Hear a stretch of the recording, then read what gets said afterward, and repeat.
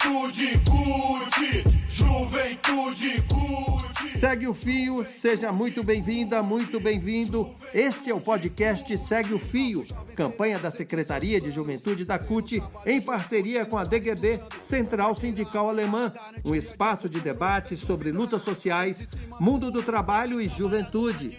Aqui a juventude organizada tem voz. A campanha promoveu uma série de lives com uma galera fera.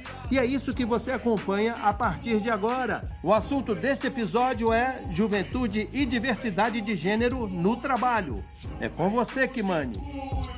Muito boa noite, eu sou a poeta Kimani. Para quem não conhece ainda, a campanha Segue o Fio é uma parceria entre a CUT Brasil e a DGB, que é a Confederação Sindical da Alemanha.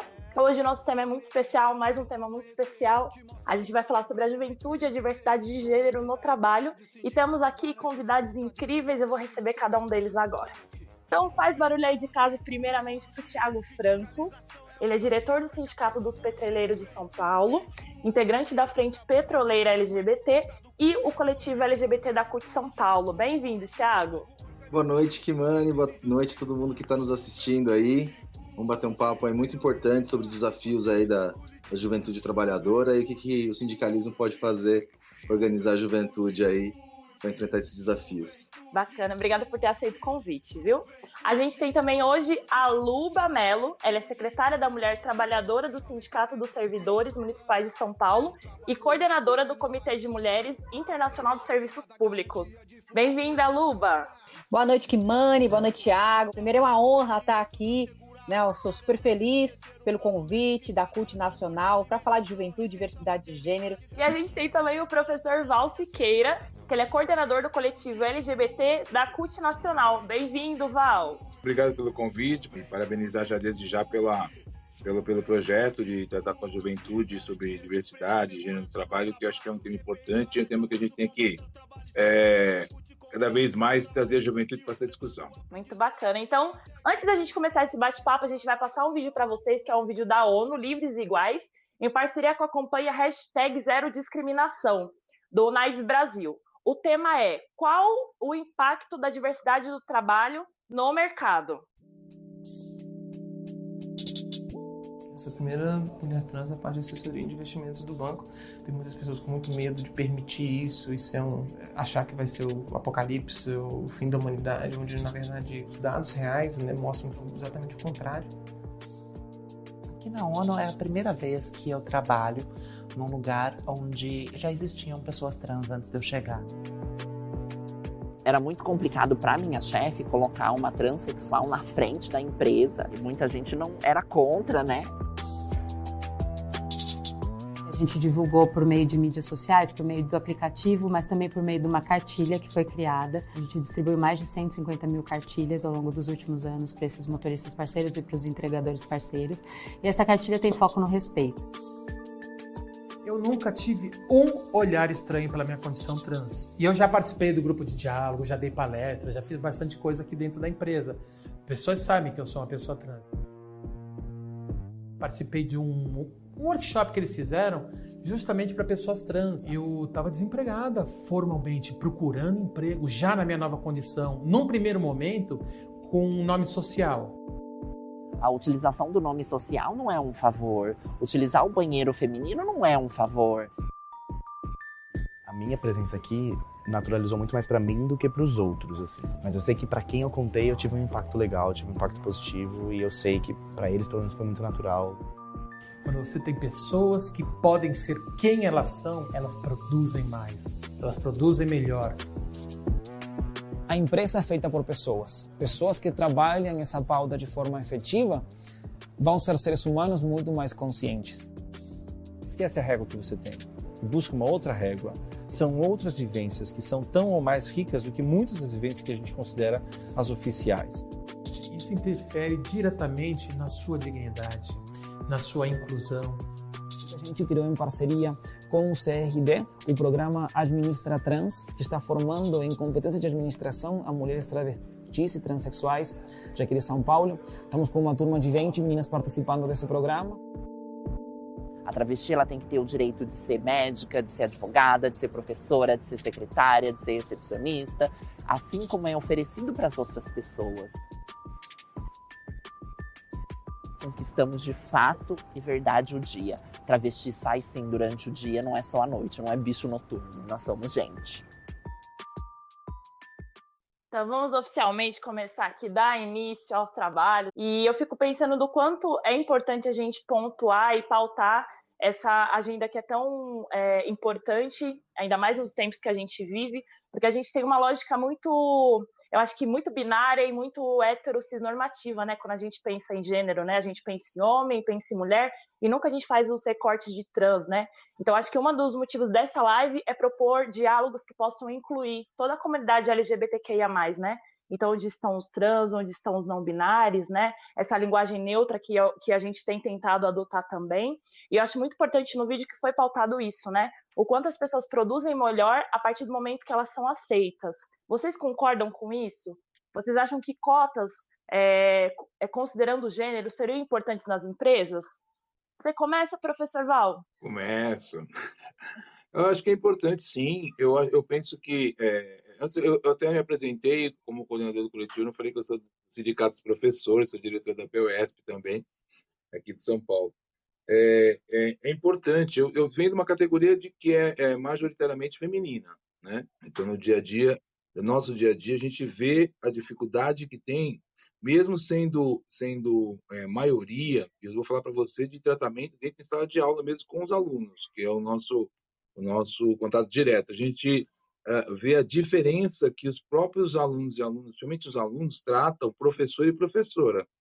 Então, a gente vê que é uma construção que a gente tem já da sociedade de colocar as mulheres, ou o gênero feminino, em segundo plano. Então, já vem isso de uma construção cultural, não só no Brasil, né, mas no geral, do planeta mesmo.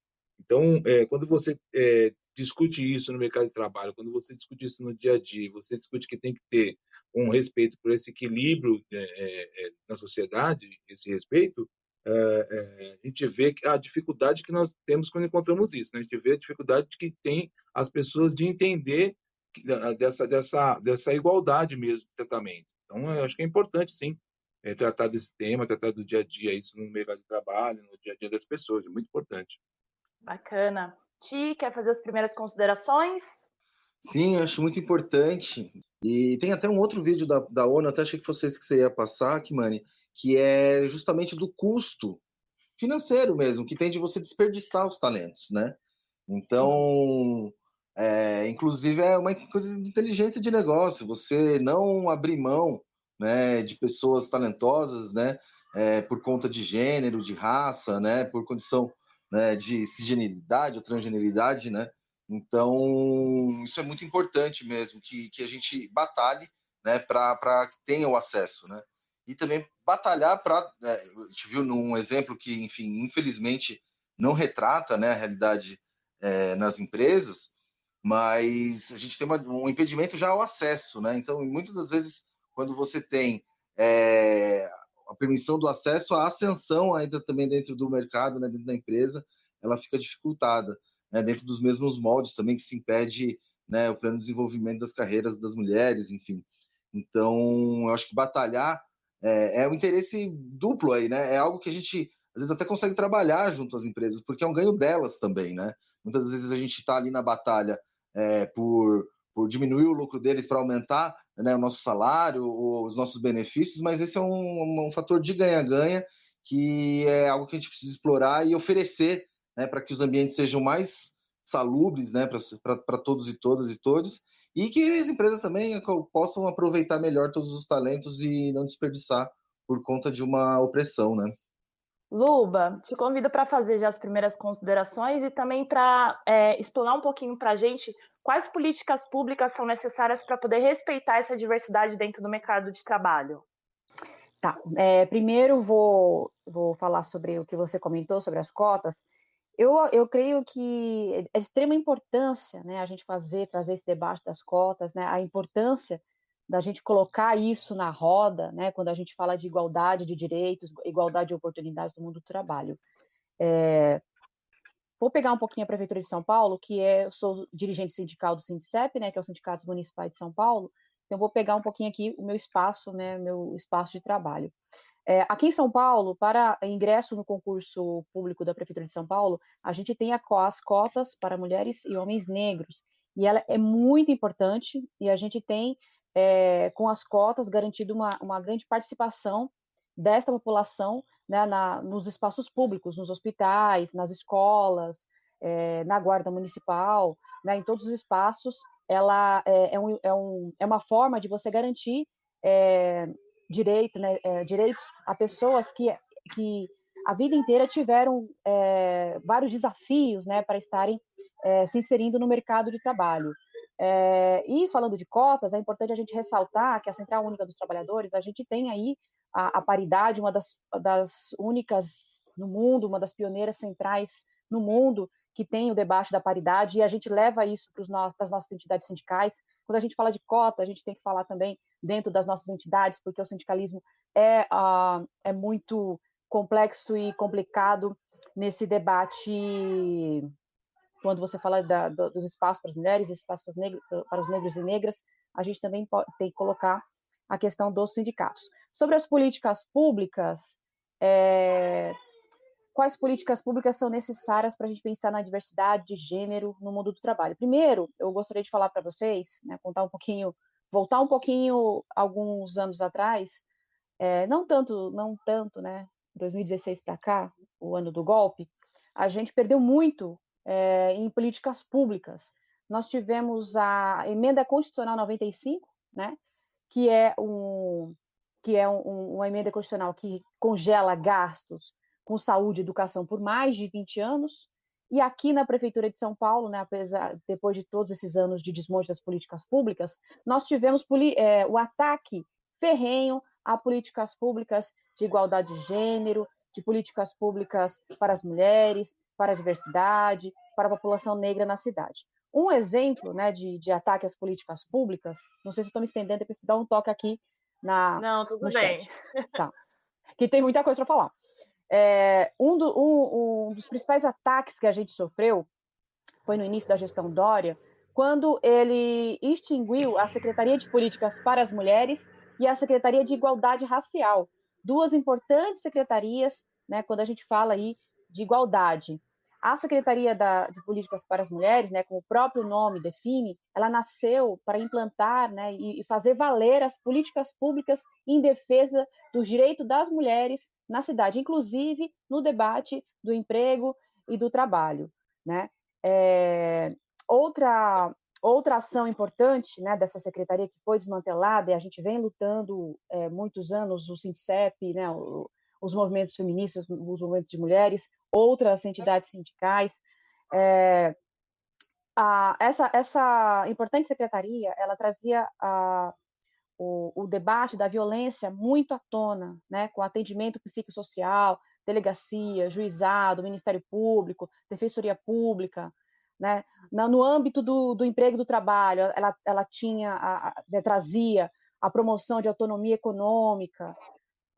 A gente tinha, no caso de mulheres em situação de violência, né, um espaço, um alojamento de passagem, né, era garantido, né, e entre outros serviços que as políticas públicas neoliberais da direita estão extinguindo. Então é importante a gente falar no sentido de manter e de lutar por essas políticas. Outra política pública que a gente tem aí lutado, e está muito recente, até porque o Sindicep, a gente fez essa semana uma luta sobre isso, que é o desmonte dos serviços de hormonização para pessoas trans na cidade de São Paulo. A gente tem um exemplo da UBS Santa Cecília, que o próprio serviço está sendo desmantelado, está sendo terceirizado, e as pessoas que dependem aí da hormonioterapia não terão acesso. Então, são exemplos aí que o avanço neoliberal que a gente está tendo desde 2016 para cá, ele está ferindo bastante as políticas públicas para toda a população, mas as políticas públicas para quem mais precisa,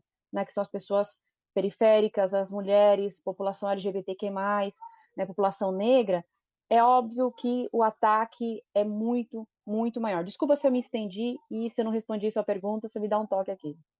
Imagina, maravilhosa, respondeu e ainda complementou, contemplou tudo. Ti, você acha que a gente precisa provocar mais o sindicalismo para que surjam mais essas pautas de apoio LGBT, que é a mais, e que, enfim, essas pautas possam ajudar nesse combate à discriminação? Acho que sempre, mas a gente precisa dividir, né? Reconhecer que temos sindicatos que têm essa atuação mais avançada, né? Acho que o próprio Val, com a POSP, né, que tem um coletivo LGBT já há bastante tempo, tem publicações nesse sentido, inclusive uma luz, né, para a gente, né? Uma orientadora. E de toda forma, onde a gente não tem, né, isso tão desenvolvido, né? Talvez até por conta, né, do nosso perfil do trabalhador, né? Ao contrário dos professores, né, na Petrobras, né, nem 20%, né, da força de trabalho é feminina. Então, as questões da cultura do macho, assim, ela fica um pouco mais, ela é um pouco mais enraizada, né? Então, é um desafio mais recente também para se fazer, mas de toda forma a gente tem que olhar para quem já tem a discussão mais avançada, né? Buscar o apoio, né, nesses companheiros, nessas entidades. E construir onde não tem, né? E sempre provocando, porque também é muito importante fazer essa reflexão que muitas vezes a pessoa, né, enfim, o trabalhador, a trabalhadora não identifica exatamente na luta de classes, né, na relação capital-trabalho, a opressão que ela sofre. E quando é LGBT, principalmente, você tem, né, uma história de tortura psicológica no ambiente de trabalho, muitas vezes violência sexual, o impedimento à ascensão na carreira, né, como a gente já falou. Então, na falta, né, de um acúmulo, né, para o entendimento disso como relação capital-trabalho, você enxerga muito mais essa separação que tem, essa hierarquização que tem dentro da própria classe. Então, ela se vê, é difícil a gente se ver como todos iguais quanto trabalhadores e trabalhadoras, quando você vê uma hierarquização, você vê que existe uma opressão dentro daquele sistema, né, dentro daquela organização de trabalhadores e trabalhadoras. Então, é muito importante, né, que nos que já tenham avançados, que avancem mais e ajudem quem está mais atrás, né, e que, né, todas as nossas lideranças reconheçam, né, a importância de não se abrir mão de ninguém, né, na luta, na construção das demandas da categoria, e também entender que qualquer sofrimento, né, que qualquer um ali da sua base esteja vivenciando, é uma tarefa sindical de você construir uma saída coletiva para esse sofrimento, né? Então, é muito importante a gente, né, conquistar espaços, né? A gente tem ainda, falando um pouco, né, da minha categoria, trazendo um pouco da nossa experiência, a gente tem aí um pouco mais de um ano, construindo o nosso coletivo LGBTQIA+, e estamos tendo uma resposta muito positiva, né, da Federação Única, principalmente da Federação Única dos Petroleiros. No último congresso deles, apesar de a gente não ter um vínculo direto, né, com a Federação Única dos Petroleiros, mas eles deram um baita no apoio, né, no último congresso, colocando toda a sua estrutura à disposição para a gente poder fazer o nosso trabalho, né? A gente tem, né, dentro do nosso coletivo, a gente busca, né, dar muita visibilidade, né, dentro de todas as campanhas de rua, dentro das greves, né, as manifestações que a categoria participa, jogar o brilho, né, de colocar a luz, né, mesmo trazer e dar destaque, né, para essa juventude que muitas vezes é negligenciada aí no próprio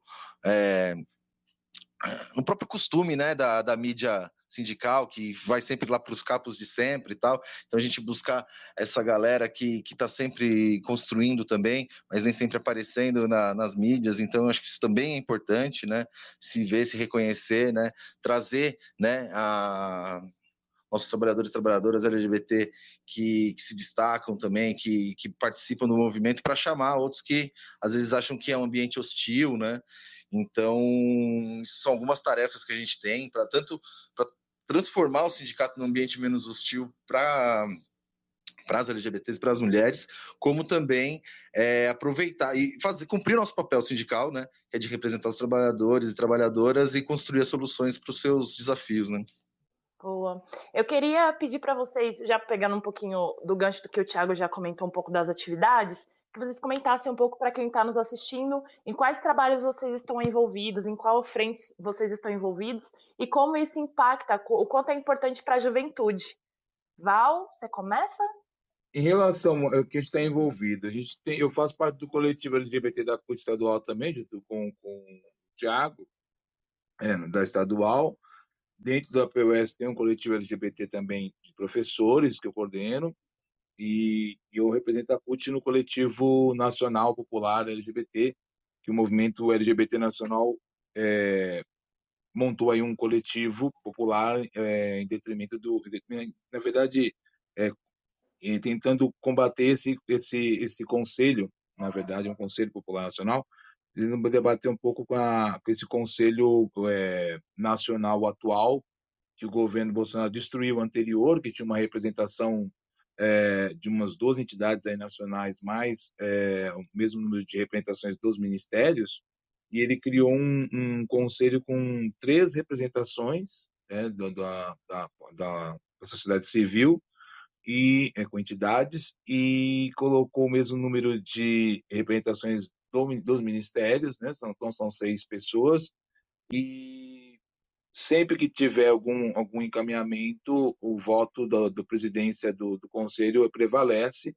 e a presidência sempre é do governo, né? Bem diferente do que a gente tinha, que era rotativo e tudo mais. Então, completamente antidemocrático. Então, a gente criou esse coletivo, a gente tem feito algumas atividades em relação a isso, e tem uma representação maior, até hoje tem maior do que era o conselho oficial mesmo, criado no governo Lula, que hoje nós temos mais ou menos 25 entidades, eu falei mais ou menos que tem entidades entrando, assim, tem 25 entidades que fazem parte, tem entidades com mães, tem os sindicalistas, tem movimento trans, tem movimento racial LGBT, tem juventude, tem várias entidades, então ficou bem mais amplo, e a gente tem feito um trabalho em relação a isso no país, e aqui em São Paulo também a gente tem feito, fizemos as cartilhas aqui do coletivo da CUT, para poder municiar os nossos feriados, independente dos sindicatos, também nossos dirigentes. A gente acha que é importante a gente dar formação, né? E é muito importante dar formação e informação. Nós, sindicalistas, temos que ter essa informação, ter essa formação para tratar do tema LGBT como um todo, e também na questão de gênero não é diferente, a questão racial não é diferente. Então, a gente tem feito ao longo dos anos aí essas ações. A gente tem distribuído as cartilhas também para a sociedade como um todo. A gente aproveita aqui em São Paulo, quando tem as paradas, a gente participa, a gente leva material, a gente discute, faz seminários. Então, a gente tem feito de uma maneira, tentando o máximo possível atingir, para nós sindicalistas, a gente tenta atingir, em primeiro lugar, os outros sindicalistas e as sindicalistas, né, os outros dirigentes sindicais. A gente acha que é importante. A gente sabe que o movimento sindical ainda precisa, está muito longe de ser um ambiente onde não tem discriminação racial, onde não tem discriminação de gênero, onde não tem discriminação, onde não tem LGBTfobia. A gente sabe que tem um caminho pela frente ainda, nacionalmente, nas cidades, nos estados, nas regiões, e ao mesmo tempo tentar atingir os nossos filiados, os trabalhadores e trabalhadoras, e tentar atingir a sociedade. Então é uma tarefa bem intensa, difícil, né? Nesse período agora de Covid, a gente fazer isso de forma online também é bem complicado de fazer, né?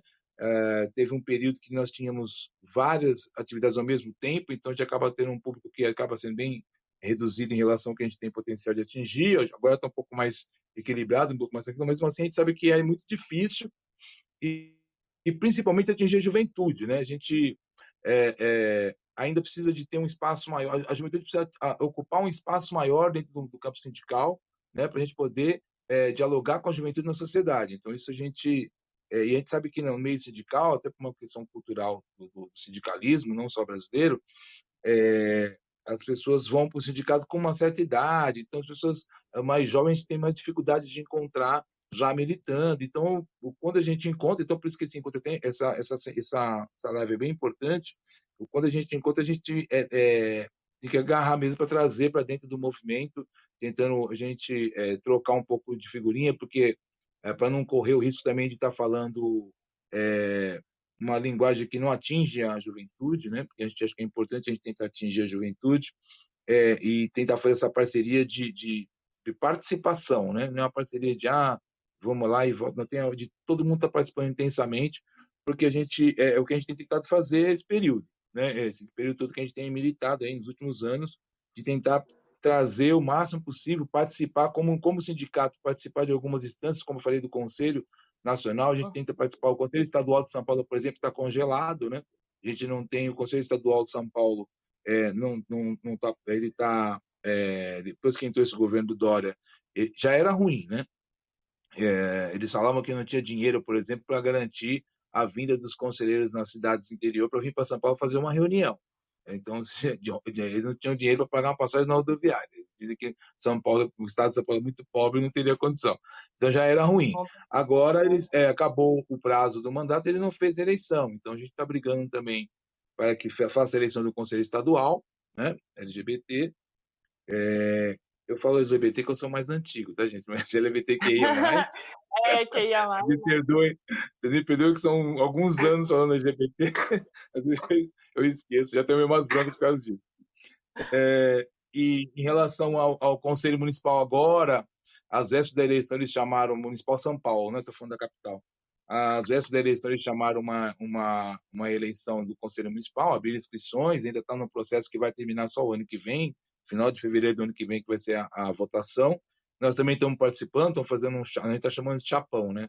Com pessoas de alguns movimentos sociais organizados, que são do nosso campo, né? Ideológico. Estamos fazendo junto com o Partido dos Trabalhadores, estamos fazendo a própria CUT, cada um tem os seus candidatos, a gente está juntando, estamos para fazer uma reunião nos próximos dias, vamos fazer tentar fazer uma chapa aí única, para a gente tentar ir para o Conselho com uma representação no nosso campo, porque a gente sabe que, infelizmente, nós temos pessoas da comunidade LGBTQIA+, assim como nós temos negros, assim como nós temos mulheres, que estão no outro campo e que pensam diferente da gente, e a gente sabe a dificuldade que é você ter uma pessoa do movimento social que nós pertencemos que é de direita. E aí a gente sabe que, por mais que você faça, começa a retroceder isso, e começa a dar amparo para os racistas, amparo para os LGBT-fóbicos, amparo para os machistas, porque eles falam, tá vendo, nós temos aqui do nosso lado, não é bem assim, a gente sabe que é muito difícil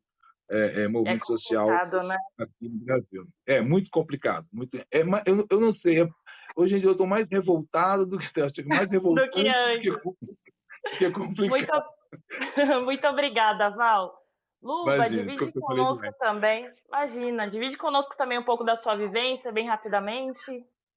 Primeiro o seguinte, né?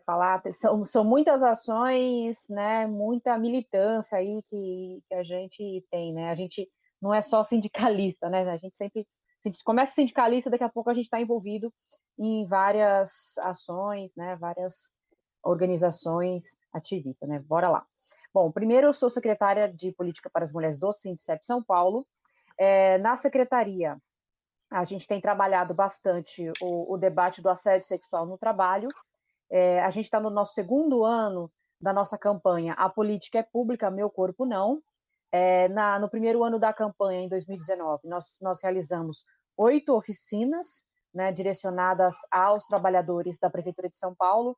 Organizamos oficina com a Guarda Municipal Metropolitana, com a Guarda Civil Metropolitana, Hospital Cachoeirinha, Subprefeitura da Lapa, trabalhadores da Endemias e vários outros setores da Prefeitura. A gente organizou oficinas para falar de assédio sexual e todas as questões em cima deste tema. Este ano, por conta da pandemia, a gente migrou bastante o nosso trabalho sobre violência de gênero para as redes. Nós estamos com uma formação IAD, violência de gênero. Foi um sucesso, já estamos na terceira turma, inclusive com inscrições abertas. Quem tiver interesse, depois eu coloco o link para vocês acessarem.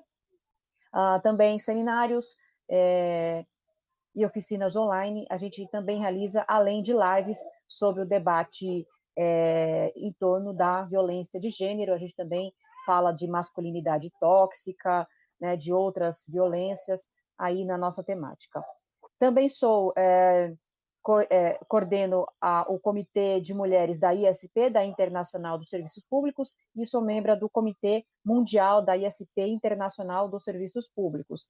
Na ISP, a gente tem trabalhado bastante o debate da Convenção 190, né, da Convenção da OIT 190, sobre violência e assédio no mundo do trabalho. A gente está com uma campanha para a ratificação desta convenção no Brasil. Alguns países já ratificaram, Namíbia ratificou, Argentina, e a gente está nessa luta aí, nessa campanha, porque a gente acredita que é de extrema importância a nossa luta pelo trabalho decente, né, contra os avanços das políticas neoliberais que andam no passo ao contrário, né, de precarização do trabalho, principalmente do trabalho das mulheres, principalmente do trabalho da população negra, da população LGBTQI+. E também estamos, aliás, acabar hoje a campanha 21 dias de ativismo pelo fim da violência às mulheres. Nós, da ISP, Internacional dos Serviços Públicos, organizamos uma série de 4 podcasts para falar sobre o que significa os 21 dias pelo fim da violência contra as mulheres, que no Brasil começa no dia 20 de novembro, o Dia da Consciência Negra, e termina hoje, que é o Dia dos Direitos Humanos. Também sou feminista da AMB, Articulação de Mulheres Brasileiras, e junto com as companheiras a gente faz aí a luta feminista, né, agora mais nas redes do que nas ruas, mas antes da pandemia a gente estava mais nas ruas, fazendo a luta em defesa das mulheres, né, uma ideia de libertar as mulheres das estruturas sociais opressoras que, infelizmente, a sociedade patriarcal e machista nos coloca. Então, é isso aí das lutas que a gente tem travado. Ô, Luba, tenho uma dúvida. Fiquei sabendo que a produção soltou aqui que, para além de tudo isso, você ainda consegue militar pelo TikTok? Como é que é isso? É uma estratégia para os jovens? Você sente que é uma maneira de aproximação deles?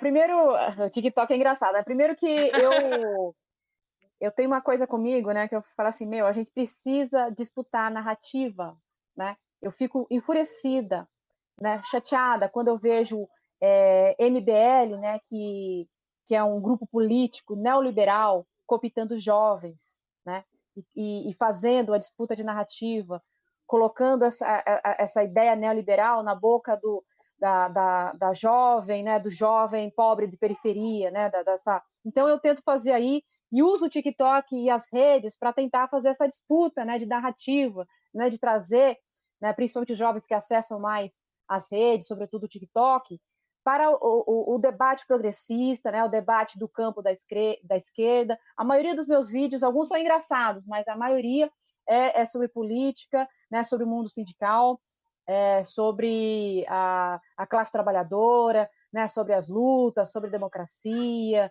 sobre a luta contra o neofascismo que tá forte, mas a gente também está forte aqui do outro lado progressista. Obrigado por lembrar. Imagina, e fala, se a galera quiser seguir você, qual que é o seu perfil no TikTok? Faz seu marketing. Vou fazer meu marketing. Meu perfil no TikTok, no Instagram, no Facebook, no Twitter é Lubamelo, com L só. @Lubamelo você me acha.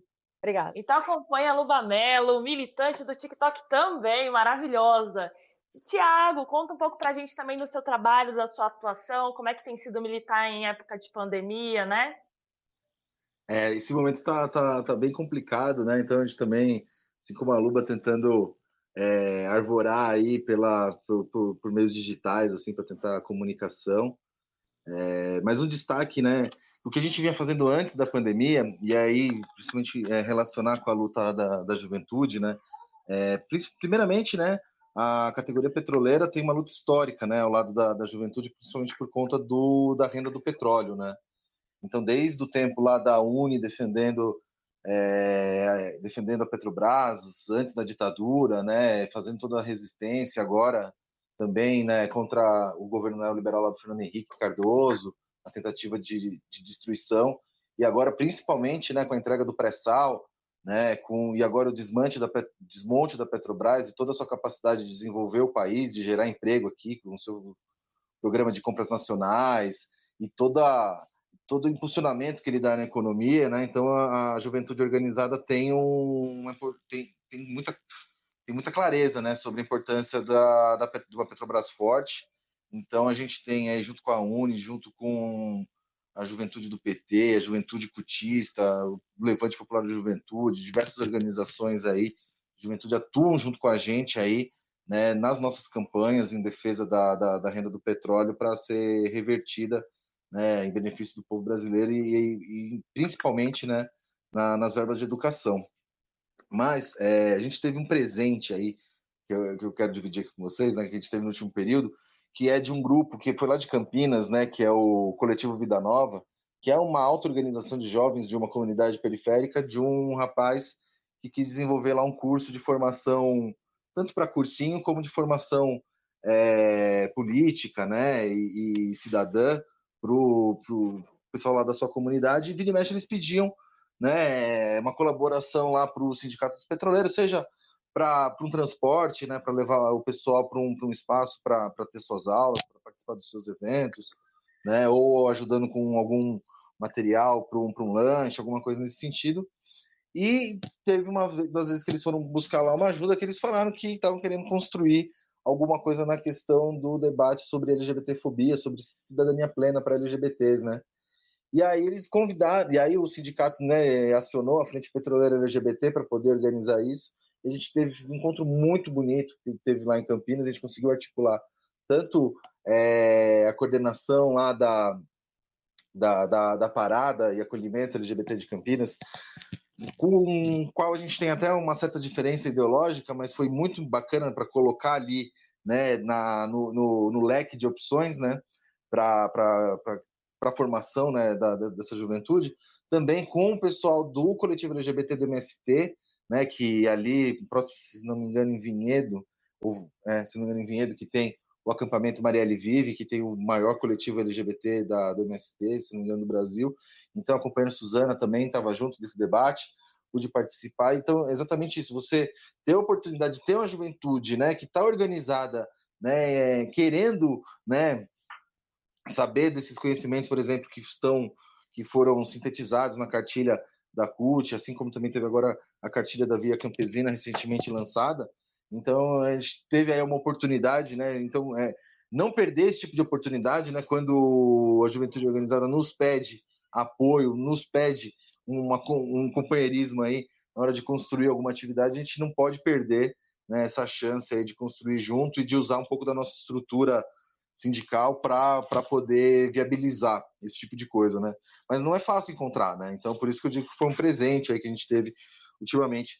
E ali dentro do próprio contexto, né, do coletivo, que é onde eu atuo principalmente, até por ser uma novidade, ser de certa forma, um espaço de acolhimento que o pessoal dessa categoria extremamente masculinizada historicamente, né, principalmente nas áreas industriais, né, na área de exploração offshore, a gente tem ali um espaço mesmo de acolhimento mesmo, porque a gente está mapeando os acontecimentos, acionando, logicamente, as nossas estruturas para poder defender, mas a gente saber que tem determinadas violências, né, psicológicas e físicas, inclusive, né, que você podendo ter no espaço de dividir, de poder levar numa ouvidoria, né, a gente teve um caso de uma demissão, foi claramente por homofobia, né, um colega da Bacia de Campos, que ele nos procurou, a gente também fazer todo o acompanhamento na ouvidoria da Petrobras para tentar provar, né, que ele foi demitido por homofobia. Então, todo esse processo, né, de acompanhamento é muito importante a gente colocar isso, mostrar que tem, né, um coletivo que sabe atuar e que tem condições de atuar para ajudar nesse sentido, né? Também tivemos a oportunidade de fazer essa troca de experiência entre pessoas trans que já, né, foram os pioneiros e pioneiras aí para se afirmarem dentro do ambiente de trabalho da Petrobras e da indústria do petróleo em geral, para poder conviver, né, e poder fazer a transição e seguir plenamente sua vida, né, dentro do ambiente de trabalho.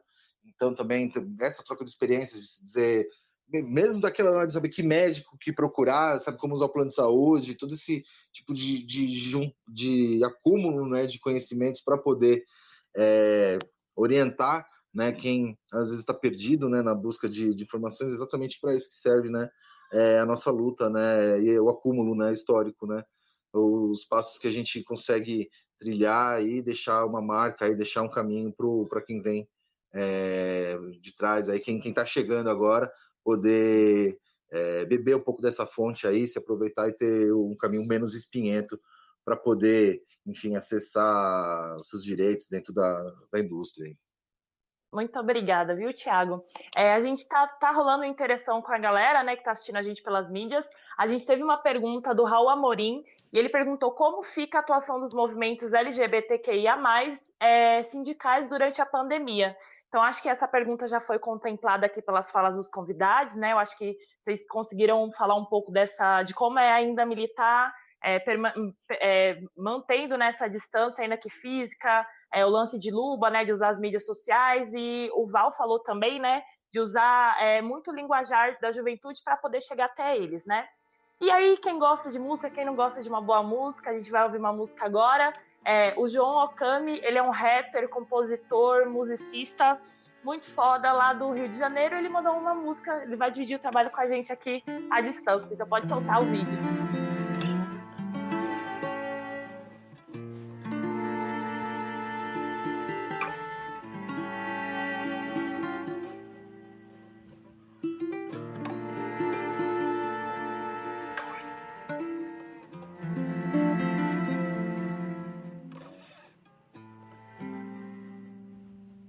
Perceba que notícias ruins são como pólvora. Sensação ruim, o medo vem pra pavorar. Dilúvio nos olhos, amor vira ódio, adoecendo com um loop desses episódios. Lugar onde a nossa dor vira marketing pra quem não vive. Seus TCCs não tocam a guerra que só nós convive. Acordo todos os dias com cheiro de morte, e vocês daí acordam sempre com cheiro de sorte. É fácil vocês falar de paz com privilégio, sossego. Da laje vejo que o genocídio não aceita rega. Aguenta, nego favelado sofre preta 3 vezes. Lembro da minha rainha que me criou sozinha, dos cria correndo. Era pique-pega, brincando ouvia a canção de ninar nas janelas. Era pique-pega, foi tocando almas ao invés de delas, ao invés dela. Só quero ver o meu povo vencer. Só quero ver as crianças crescer. Elas pulando o muro, olhos de futuro, o amor dela nos cura. Só quero ver o meu povo vencer. Só quero ver as crianças crescer. Como o sol do dia queimando mal e mãe sorrir de alegria.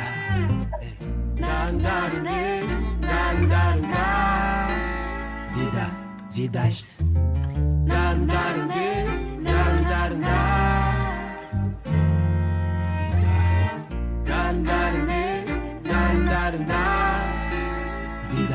Vidas.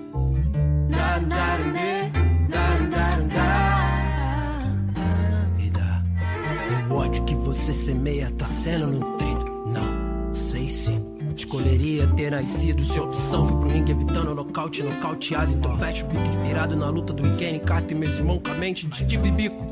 Tenho respeito dos menores e das tia. Bem fiz. Hoje as pretinhas vão dizer que tem cabelo e cor de Miss. Universo imerso num verso, confesso. Não existe essa merda de racismo reverso.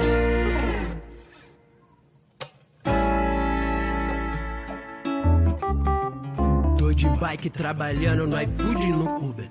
Pra nós não enterrar os sonhos sua, cê não vê.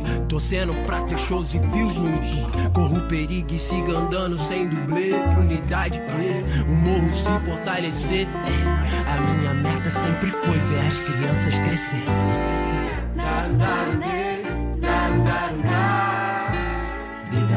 Vidas.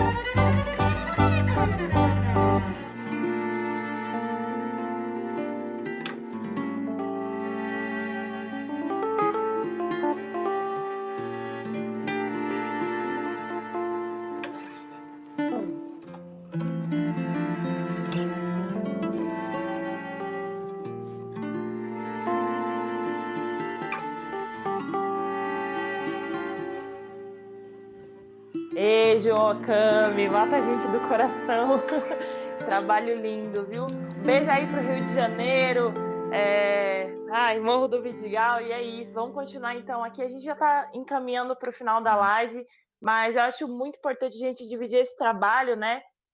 Primeiro para fomentar essa cultura que é marginal, que é periférica, que é brasileira, a gente se vê nessa música, e o quanto nós temos construído essas narrativas todas, né? Dessas lives que a gente tem proposto aqui na campanha Segue o Fio, com essa perspectiva de quem são essas crias que a gente tá gestando, né, nesse mundo, quais diálogos a gente quer para essas crianças, para essa juventude, né? Luba, uma das últimas perguntas, querida. Você acha que as mulheres precisam ocupar mais os espaços nos sindicatos, na política? E como vencer o machismo e o preconceito? Bom, primeiro, eu tenho absoluta certeza, né, que as mulheres devem ocupar os espaços de política, né, os espaços de poder, né? Então, a gente precisa aí construir esses espaços, e como eu falei no início da minha fala, né, a Central Única dos Trabalhadores e Trabalhadoras é uma das centrais aí que a gente tem a luta da paridade, e que a gente também leva esse debate para dentro das nossas entidades sindicais, que não é fácil, né?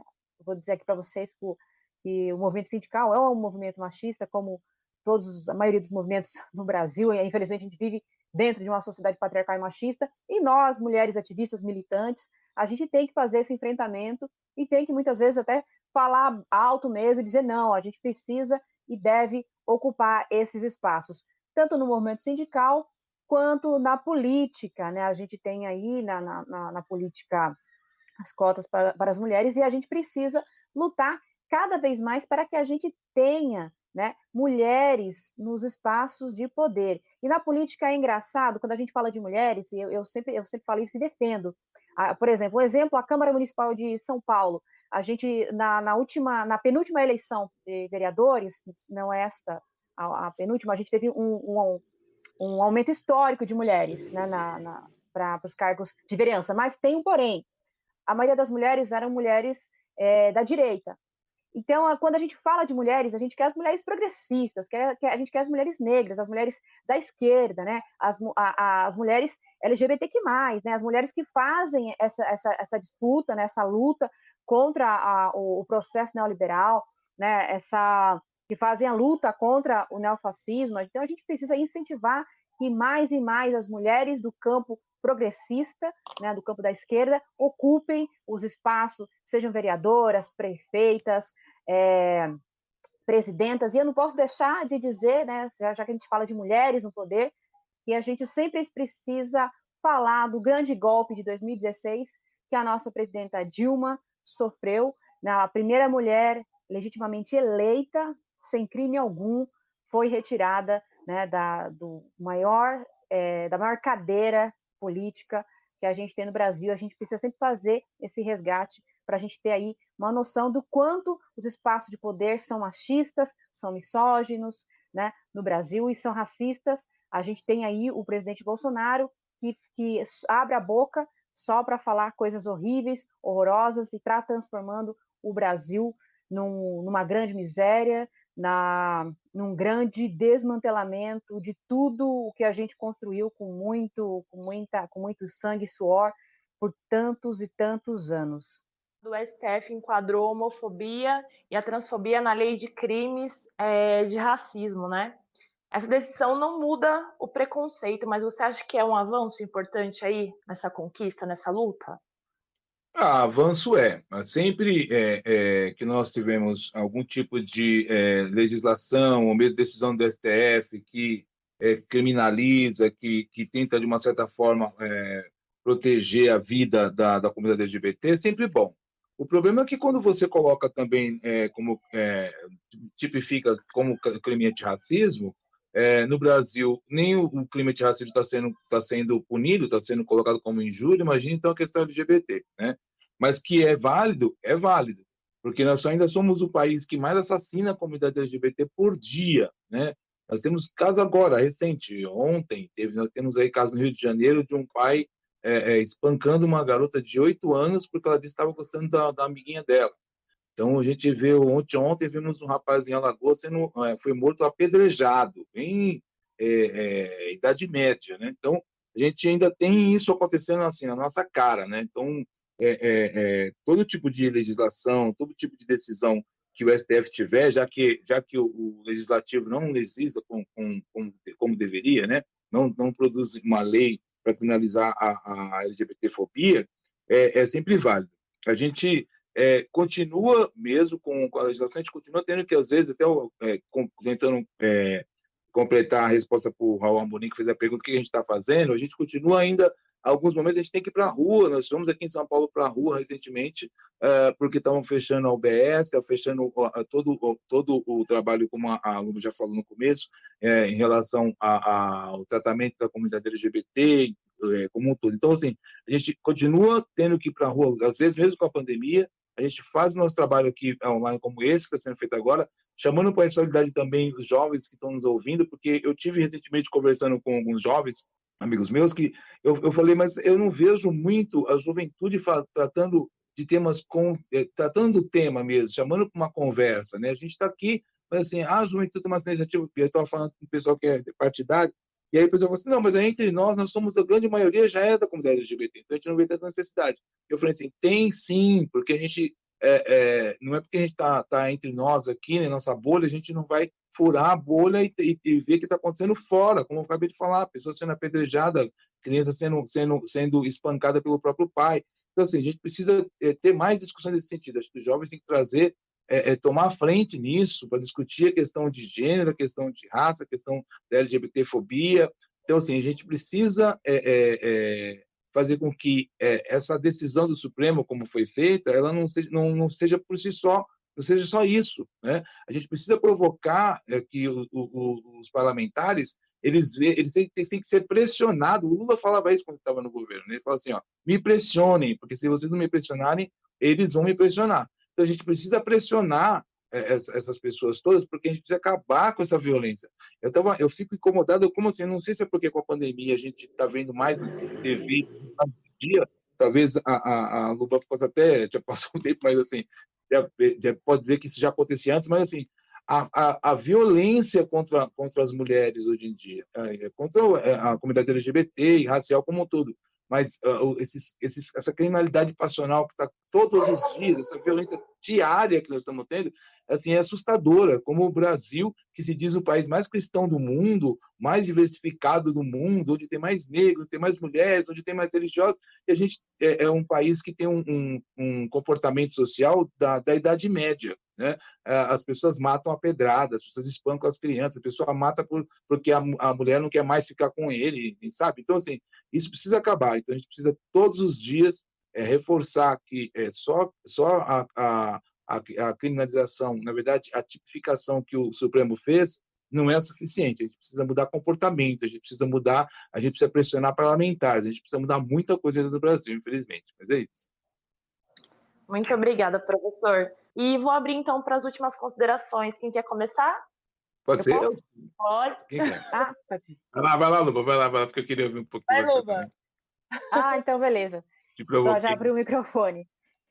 Primeiro, muito obrigada, Kimani, Tiago, professor Val, né, nos bastidores o Alex, a Camila. Muito obrigada mesmo. Fiquei muito feliz pelo convite. Né? Eu acompanhei alguns vídeos aí, algumas lives do Segue o Fio. Parabéns à CUT Nacional para trazer à tona, né, um debate tão importante, né? Que é o debate da juventude, das minorias. E nós, do movimento sindical, a gente precisa, né?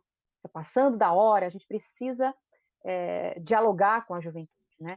Então, faço um apelo aí, você que tem menos de 35 anos, se filie à sua entidade sindical, né? Faça a luta do movimento sindical, que é uma luta difícil, né? No momento em que o sindicalismo ele é criminalizado, assim como o movimento feminista, como o movimento da população negra, o movimento LGBTQ+, o sindicalismo ele tem sido duramente apedrejado aí nos últimos anos, né? Por essa ultradireita que quer acabar com os direitos da classe trabalhadora, quer acabar com os direitos de quem mais precisa. Então, a gente faz o apelo porque a gente precisa da juventude nas ruas, não tanto nas ruas agora na pandemia, nas redes. Como disse o professor Val, a gente também está nas ruas, a gente não deixou de estar nas ruas, a gente está nas ruas e está nas redes. Mas é de extrema importância a juventude se engajar aí na luta, né, a luta da classe trabalhadora, a luta dos sindicatos, a luta dos movimentos sociais, se filiarem aos sindicatos, buscarem, né, as formações políticas, né, o sindicalismo. A maioria das entidades sindicais abriu as portas, né, o Sindicep, por exemplo, a maioria das nossas formações, ela é para os não filiados. Então, quem aí está pensando, né, em se filiar a uma entidade sindical, a gente tem aí várias formações políticas de extrema importância que tá nas redes, e a gente consegue dialogar com essa juventude, né, com tantas questões, com tantos problemas, no momento em que a gente teve a reforma trabalhista, a gente tem aí uma uberização crescente do trabalho, mais de 14 milhões, se não me engano, de desempregados e desempregadas no Brasil. Dessa população, a maioria são mulheres, a maioria são negros e negras, a maioria está numa situação bastante difícil, né, na pirâmide da sociedade. Então, a gente faz um apelo para que a juventude se engaje mesmo na luta, nos movimentos, e faça a diferença, e que a gente consiga, de fato, né, uma luta em defesa da democracia e fazer o enfrentamento ao neofascismo que está aí atacando a gente todos os dias. E nesse novo normal, eu espero que o novo normal acabe em algum momento, né? Que a pandemia acabe e a gente possa se olhar o olho no olho, né? Ir para as ruas, né? Tomar aquela nossa cervejinha sindicalista que a gente gosta, né? Com os nossos companheiros e nossas companheiras, continuar aí firmes e fortes na luta. Grande abraço a todas e todos, mais uma vez, muito obrigada e parabéns, CUT Nacional, pelo programa Segue o Fio. Tá ótimo, maravilhoso. Beijo grande no coração de vocês. Obrigada, Luba. Professor? Quero parabenizar então a iniciativa aqui do Segue o Fio. Acho que é um projeto muito legal, o tema foi maravilhoso. Eu queria falar mais tempo aqui. Professor, né? Agradecer ao Thiago, agradecer a Luba, você também, Kimani. Eu quero dizer assim, é importante para quem é sindicalizado ou não, para quem está nos assistindo, e quem é sindicalizado, tentar espalhar o máximo possível entre a juventude, que nós temos CUT em todos os estados tem a mesma estrutura, ou seja, você pode procurar políticas sociais para tratar com o pessoal dos deficientes, tratar com o pessoal que tem a militância LGBTQI+, tem a Secretaria Racial para tratar do racismo, tem as mulheres. Nós estamos em todos os estados, ou seja, no Brasil, dá para você, independente se você é sindicalizado, tá? Se é jovem ou não, procure estrutura sindical, porque a gente precisa dessa parceria, principalmente da juventude. A gente precisa de ter essa parceria, a gente precisa de ter vocês conosco, nós precisamos dialogar para a gente até mudar o nosso discurso, até melhorar o nosso discurso, até a gente conseguir se comunicar, nos comunicarmos com vocês, para tratar de uma forma mais agradável possível e tentar falar a mesma língua, porque a gente vê essa dificuldade de a gente ter a juventude, de ter mulheres, vamos militar, não podemos ficar só nas caixinhas, né? A gente do movimento LGBTQI, mas a gente fala disso, ninguém é preso em caixinha, né? Então a gente precisa furar a bolha de todos os sentidos, tanto dentro do nosso campo, o nosso campo de esquerda, um progressista, como na sociedade como um todo. A gente precisa furar a bolha e dialogar, e nós precisamos nos unir para acabar com esse país que estão destruindo, que esses conservadores, esse pessoal da direita, extrema-direita, está destruindo o pouco que a gente conseguiu conquistar. E a gente precisa de ter a maior união possível para a gente reverter isso. Para reverter isso só com união, com muito diálogo, com muita reunião, com muita passeata, com muito tudo que a gente está acostumado a fazer. Obrigada, professor. Thiago? Bom, pessoal, obrigado demais aí, Luba, Kimani, Val, pela troca aí. Obrigado, CUT, aí, a DGB, parabéns pela iniciativa. Agradecer bastante aí, poder dar alguma contribuição aí desse projeto Segue o Fio. E reforçar, né? Reforçar o convite aí à juventude, dizer para a juventude que os sindicatos e as auto-organizações elas têm como seu papel principal, né, nos organizar para a gente obter conquistas, né, que mudem a nossa condição de vida para melhor, mas tem um efeito também na auto-organização que ele é muito importante, que é a gente poder ter uma pequena vivência na nossa organização daquilo que a gente quer para o mundo. Então, muitas vezes a gente vê e se angustia muito com a dificuldade que nós temos no enfrentamento que a gente tem nas dificuldades do mundo, mas quando a gente está auto-organizado, a gente consegue, ali no nosso cosmo, transformar e fazer uma melhora que seja exatamente um exemplo daquilo que a gente quer, né? Então, isso pode ser dentro de sindicatos, isso pode ser dentro de coletivo, pode ser dentro do que a gente for, desde que a gente veja isso como uma saída coletiva, né? Como quando a gente para de enxergar nossos problemas individualmente, saber que eles têm uma causa, né, política, elas têm uma causa econômica e que todos nós juntos aí da mesma classe temos condições de nos organizar, enfrentar e superar tudo isso, né? E também setorizando, né, em alguns problemas específicos que a gente conviva também, as organizações elas precisam, né, se estruturar para nos ser acolhedoras, e se não for, né, o Val já deixou aí a linha, tem aí a políticas sociais da CUT em todos os estados do país, a gente pode se unir, a gente pode construir junto em todos os lugares, se for possível, a gente avançar em todas as pautas, em todas as demandas, em tudo aquilo que a gente demanda para querer viver melhor. Então, juventude, vamos nos organizar, que a saída coletiva nunca é individual. Segue nós e segue o fio. Muito obrigada. Juventude CUT. Trabalho digno é conquistado com atitude. Juventude CUT. Povo organizado, não aceita injustiça. Juventude CUT. Pra melhoria de classe, consciência política. Juventude CUT. Segue o fio.